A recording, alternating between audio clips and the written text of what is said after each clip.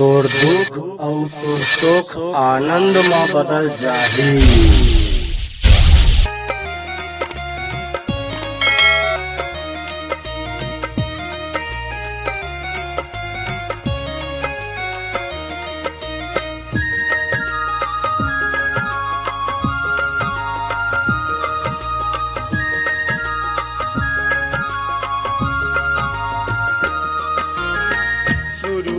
सबद रही से परमेश्वर के संग रही से, शुरू में सबद रही से परमेश्वर के संग रही से, सब सिरजनहार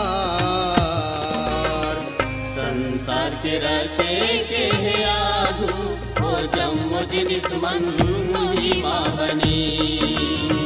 संसार के रचे के है आगू ओ जम्मो जिनिस मन महिमा बनी।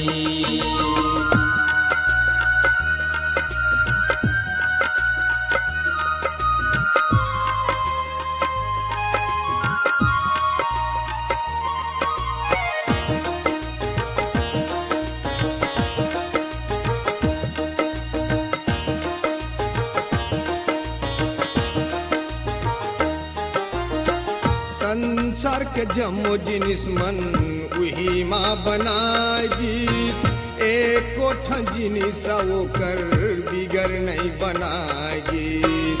ओही सबद माँ जिंदगी रही से, मन के मन लवोहा अंजोर करी से। ओही अंजोर हाँ अंधेर में चमक थे, अंधियार होला कबू जीते नहीं सकते। परमेश्वर है अपन कोटिले एक झन मन खेला पठोई यूहन्ना। संसार के रचे के है आगू ओ जम्मो जिनिस मन महिमा बनी। संसार के रचे के है आगू ओ जम्मो जिनिस मन महिमा बनी।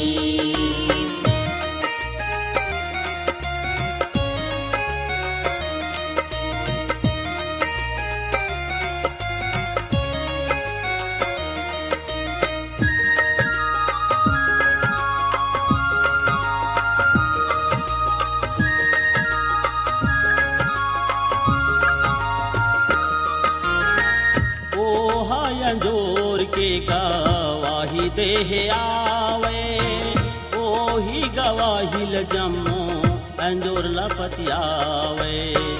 खुद तो अंजोर वो यूहन्ना हनो है, फिर वो अंजोर के गवाही देह आहे। असल के अंजोर जौनहा सबला बुद्धि देते, ये संसार में ओया वैया रही से। संसार में सबद रही से उही में संसार बनी से, सब सिरजनहार। संसार के रचे के है आगू ओ जम्मो जिनिस मन महिमा बनी। संसार के रचे के है आगू ओ जम्मो जिनिस मन महिमा बनी।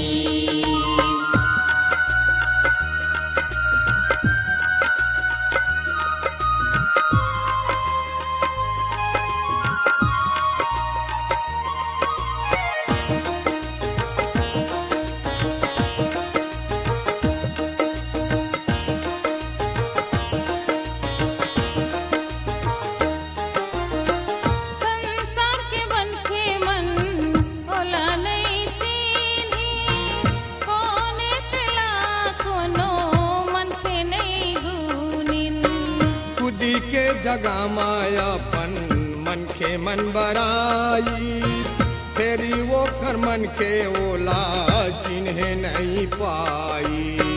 जे मन ओला ग्रहण करिन नाम विश्वास करिन, परमेश्वर के संतान होय के वही मन अधिकार पाइन। न मन के देह लहूले संतान होय बरोकार इच्छा ले इन्हें अवतार। के रचे के है आगू ओ जम्मो दुश्मन महिमा बनी संसार के रचे के है आगू ओ जम्मो दुश्मन महिमा बनी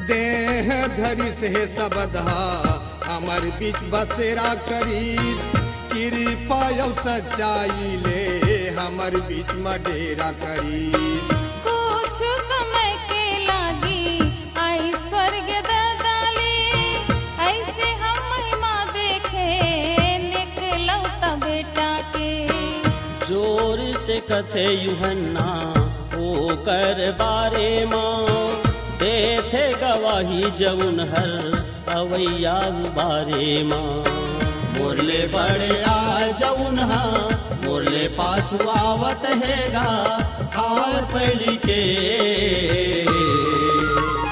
संसार के रचे के है आगू ओ जम्मो दुश्मन महिमा बनी संसार के रचे के है आगू ओ जम्मो दुश्मन महिमा बनी